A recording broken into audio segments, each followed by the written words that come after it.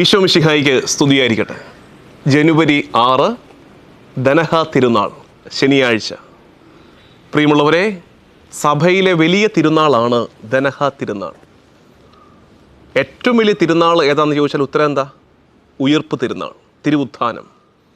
ഒരുപക്ഷെ ആ തിരുവുത്ഥാനത്തിന് ശേഷം ഏറ്റവും പ്രധാനമായിട്ട് സഭ ആദിമകാലം തൊട്ടേ ആഘോഷിക്കുന്ന തിരുനാളാണ് ധനഹ തിരുനാൾ. നമ്മുടെ നാട്ടിൽ അത് പിണ്ടികുത്തി തിരുനാളായിട്ടും രാക്കുളി തിരുനാളായിട്ടുമൊക്കെ നമ്മൾ ആഘോഷിക്കുന്നുണ്ട്.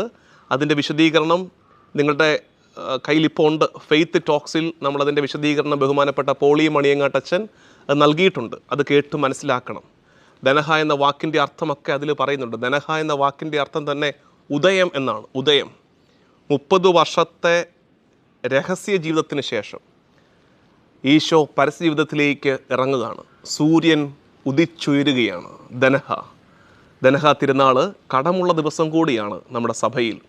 എല്ലാവരും പരിശുദ്ധ കുർബാനയിൽ പങ്കെടുക്കണം. നെസ്തോറിയോസിൻ്റെ അനാഫ്രയാണ് സീറോ മലബാർ കുർബാനയിൽ 3ാമത്തെ കുദാശക്രമമായ നെസ്തോറിയോസിൻ്റെ അനാഫ്രയാണ് നമ്മൾ ചൊല്ലി പ്രാർത്ഥിക്കുന്നത്. നെസ്തോറിയോസിൻ്റെ അനാഫ്രയെക്കുറിച്ചുള്ള ഒരു ഡീറ്റെയിൽഡ് വീഡിയോ 1 മണിക്കൂറിനടുത്ത് സമയം വരുന്ന, അത് പഠിക്കാൻ ആഗ്രഹമുള്ളവർക്ക് വേണ്ടിയിട്ടാണ് അത്രയും സമയം എടുത്തൊക്കെ ചെയ്യുന്നത്. എല്ലാ വീഡിയോയും ക്യാപ്സ്യൂൾ പരുവത്തിൽ ചെയ്യാൻ ശരിയാകത്തില്ലല്ലോ. ചെറുത് വേണം. പക്ഷെ എന്നാലും കൂടുതൽ പഠിക്കാനോ അറിയാനോ ആഗ്രഹമുള്ളവരുണ്ടല്ലോ, അവർക്ക് വേണ്ടിയിട്ട് ഒരു 50 മിനിറ്റ് ദൈർഘ്യമുള്ളൊരു വീഡിയോ ഉടൻ തന്നെ നിങ്ങളിലേക്ക് എത്തുന്നതായിരിക്കും. താല്പര്യത്തോടെ അത് കാണുക. ഒരല്പം സമയമെടുത്തിട്ട്, അതിപ്പോൾ ഒരു 1.5x ഇട്ടായാലും സാരമില്ല, ഒരല്പം സ്പീഡിലൊക്കെ ആണെങ്കിലും ഒന്ന് കേട്ട് മനസ്സിലാക്കുക. ധനഹ തിരുനാളിൻ്റെ ഭാഗമായിട്ടുള്ള വായന മർക്കോസിൻ്റെ സുവിശേഷം 1-ാം അധ്യായം 1 മുതൽ 11 വരെയുള്ള വാക്യങ്ങളാണ്. ഈശോയുടെ മാമോദീസായാണ്. സ്നാപക യോഹന്നാനെ അവതരിപ്പിച്ചിട്ട് 9 മുതൽ 11 വരെയുള്ള വാക്യങ്ങളിൽ ഈശോയുടെ മാമോദീസ അനുസ്മരിക്കുകയാണ്.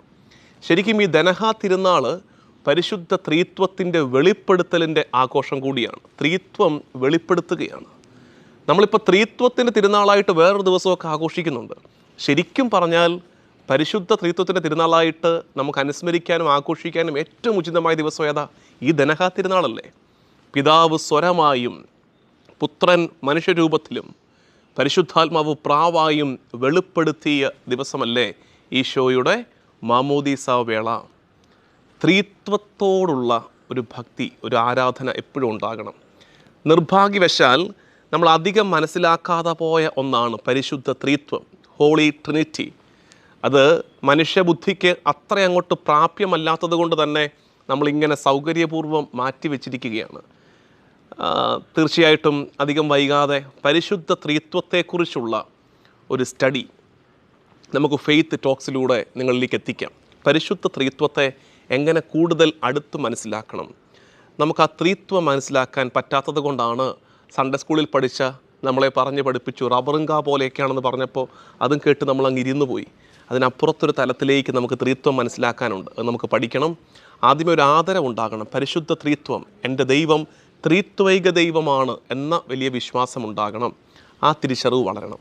രണ്ടാമത്, ഇന്നത്തെ ധ്യാനം എന്താണെന്നറിയാമോ? Eesho he waited for the confirmation from his father. പിതാവിൽ നിന്നുള്ള ഒരു സ്ഥിരീകരണത്തിന് വേണ്ടി കർത്താവ് കാത്തിരിക്കുകയാണ്. ഈശോ വെൽ എക്വിപ്ഡ് ആണ്. അവനെല്ലാം ചെയ്യാനുള്ള കഴിവ്, പ്രാപ്തി ഉണ്ട്. പക്ഷെ എന്നാലും പിതാവിൻ്റെ സമ്മതത്തിന് വേണ്ടി മാമോദീസായെ അങ്ങനെ മനസ്സിലാക്കാം. പിതാവിൻ്റെ സമ്മതമാണ്. ഇവൻ എൻ്റെ പ്രിയപുത്രൻ, ഇവനിൽ ഞാൻ പ്രസാദിച്ചിരിക്കുന്നു. ചില നേരങ്ങളിൽ അങ്ങനെയാണ്. നമുക്ക് ചിലതൊക്കെ ചെയ്യാനുള്ള എല്ലാ സൗകര്യവും ഉണ്ട്, അതിനുള്ള ത്രാണിയുണ്ട്, എല്ലാം സെറ്റാണ്. പക്ഷെ അപ്പോഴും ചോദിക്കണം, പിതാവിൻ്റെ സ്വർഗത്തിൻ്റെ സമ്മതം കിട്ടിയോ? സ്വർഗത്തിൻ്റെ സമ്മതം കിട്ടാതെ ഒന്നിനും ഇറങ്ങിത്തിരിക്കരുത്. സ്വർഗത്തിൻ്റെ സമ്മതം കിട്ടാതെ ഒന്നിനും ഇറങ്ങിത്തിരിക്കരുത്. നമ്മൾ എത്ര എക്വിപ്ഡ് ആണെന്ന് നമുക്ക് തോന്നിയാലും അതിൻ്റെ പാഠമാണ് ഈശോയുടെ മാമോദീസ. മറ്റൊരു ചിന്തയുള്ളത്, ചിലർ ചോദിക്കുന്നുണ്ട്, പാപമോചനത്തിൻ്റെ മാമോദീസയാണല്ലോ സ്നാപക യോഹന്നാൻ അനൗൺസ് ചെയ്തത്. ഈശോ എന്തിന് പാപമോചനത്തിൻ്റെ മാമോദീസ സ്വീകരിക്കണം? ഈശോയിൽ പാപമില്ലല്ലോ.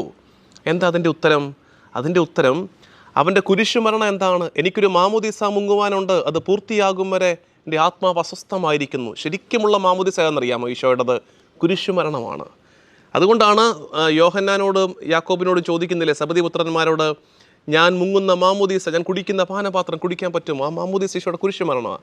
ആ കുരിശുമരണം ലോകത്തിൻ്റെ മുഴുവൻ പാപഭാരത്തെ അവൻ ഏറ്റെടുക്കുകയല്ലായിരുന്നോ?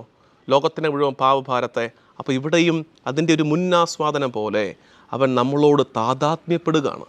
ആ പാപത്തെ ഏറ്റെടുക്കുകയാണ്. ലോകപാപങ്ങളെ ഏറ്റെടുത്ത് പാപമോചനത്തിൻ്റെ മാമോദീസ സ്വീകരിച്ച് ഈശോ കുരിശുമരണത്തിലേക്കുള്ള യാത്ര ആരംഭിക്കുന്നതിൻ്റെ അടയാളമാണത്. പ്രിയമുള്ളവരെ, പരിശുദ്ധ ത്രിത്വത്തോടുള്ള ആരാധനയിൽ വളരുന്ന ഒരു സമൂഹമായിട്ട് നമുക്ക് മാറണം. പ്രത്യേകിച്ച് നമ്മുടെ പരിശുദ്ധ കുർബാനയിലെ പ്രാർത്ഥനകളൊക്കെ ശ്രദ്ധിക്കണ്ടേ. എല്ലാ ശ്ലോസകളും അവസാനിക്കുന്നത് പിതാവും പുത്രനും പരിശുദ്ധാത്മാവുമായ സർവേശ്വര എന്നേക്കും ആമേൻ. ത്രിത്വൈക ആരാധന, ത്രിത്വ വിചാരം നമുക്കെപ്പോഴും ഉണ്ടാകണം. അത് ഓർമ്മയിലിരിക്കട്ടെ. 2, സ്വർഗത്തിൻ്റെ സമ്മതം കിട്ടാനായിട്ട് കാത്തിരിക്കണം. എത്ര നല്ല കാര്യമാണ് നമ്മൾ ചെയ്യാൻ ഉദ്ദേശിക്കുന്നതെങ്കിലും അതിനെത്ര പ്രാപ്തി നമുക്കുണ്ടെന്ന് വിചാരിച്ചാലും സ്വർഗത്തിൻ്റെ സമ്മതം കിട്ടുന്നത് വരെ ഒന്ന് കാത്തിരിക്കണം. റൂഹ വന്നിറങ്ങുന്ന അനുഭവം ഉണ്ടാകണം. പരിശുദ്ധാത്മാവിൻ്റെ സ്ഥിരീകരണം കിട്ടണം. നമ്മുടെ മാമോദീസായെ ഈ ദിവസം ഓർക്കണേ. ഇന്ന് ഞാൻ നിങ്ങൾക്കൊരു ഹോംവർക്ക് തരട്ടെ. ഇന്നൊരു ഹോംവർക്ക് തരാം. ഈശോയുടെ മാമോദീസ അനുസ്മരിക്കുന്ന ഈ ദിവസം നമ്മുടെ മാമോദീസായെ ഓർക്കുക. 2 കാര്യങ്ങൾ. 1, മാമോദീസ മുക്കിയ അച്ഛൻ്റെ പേര് അന്വേഷിച്ചിട്ട്, ഹോംവർക്കാണ്, ഹോംവർക്ക് പൂർത്തീകരിക്കാൻ അല്പം ബുദ്ധിമുട്ടാണ്. പൂർത്തീകരിച്ചെങ്കിൽ done the homework, completed the homework എന്ന് പറഞ്ഞൊന്ന് കമൻറ്റ് ഇട്ടേക്കണേ. അല്ലെങ്കിൽ പാർഷ്യലി കംപ്ലീറ്റഡ്, ഇത് 2 എണ്ണം ഉണ്ട് ഹോംവർക്ക്. പകുതിയെങ്കിലും ചെയ്താൽ പാർഷ്യലി കംപ്ലീറ്റഡ് എന്ന് ഇട്ടേക്കണം. 2 കാര്യം എന്നറിയാമോ?